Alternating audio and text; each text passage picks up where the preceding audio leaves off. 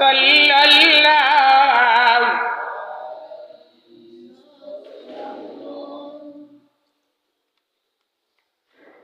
জিলহজের প্রথম দশকের ফজিলত আমরা আলোচনা করলাম।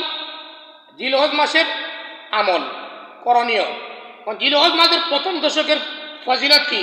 রাসূলুল্লাহ বলেন, মা মিন আইয়ামিন আল আমালু সালিহু ফীহিন আহাব্বু ইলাল্লাহ মিন হাযিল আইয়ামিল আশর। জিরো বলি আল্লাহু আকবার, আরে জিরো বলি আল্লাহু আকবার।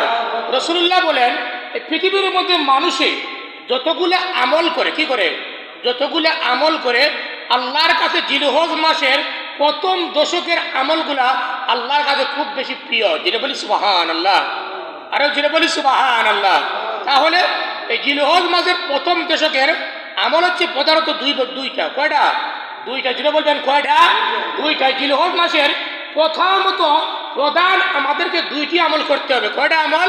দুইটি আমল আমাদেরকে করতে হবে। এক নম্বর, রাসূলুল্লাহ বলেন, এই জিলহজ মাসের 10 রাত। কয় রাত? যেটা বলবেন কয় রাত? 10 রাত। কমই বেশি তোমরা ইবাদত করবে। কি করবে? ইবাদত করবে। আচ্ছা বলেন ভাই, এই যে রমজান মাসের শেষ দশকে, হ্যাঁ, রমজান মাসের শেষ দশকে আমরা যে কদর পাওয়ার জন্য কয় রাত তালাশ করি? শেষের 10 রাত, 10 রাত। এটা আমি আলোচনা করেছি। বিজুর রাত অথবা শেষ রমজানের শেষ দিকের 10 রাতে আমরা কি করি?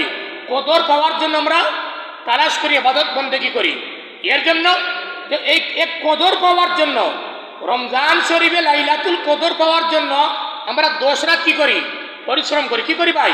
পরিশ্রম করি। তাহলে রমজান শরীফের 10 রাত্রের মধ্যে যদি আমরা কদর পেয়ে যাই, যেটা বলবেন কি পেয়ে যাই?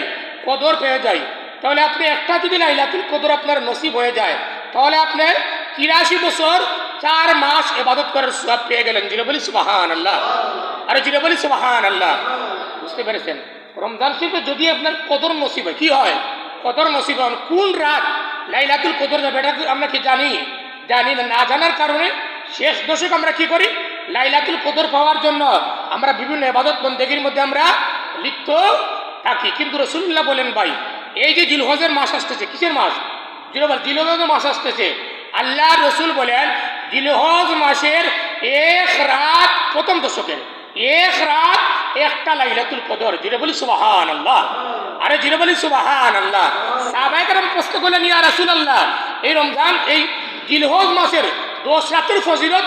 রাসূলুল্লাহ বলেন যে এই জিলহজ মাসের 10 রাত 10টা লাইলাতুল কদর। যেটা বলি সুবহানাল্লাহ, আরেকটু যেটা বলি সুবহানাল্লাহ। তাহলে ভাই আমরা রমজান শরীফের মধ্যে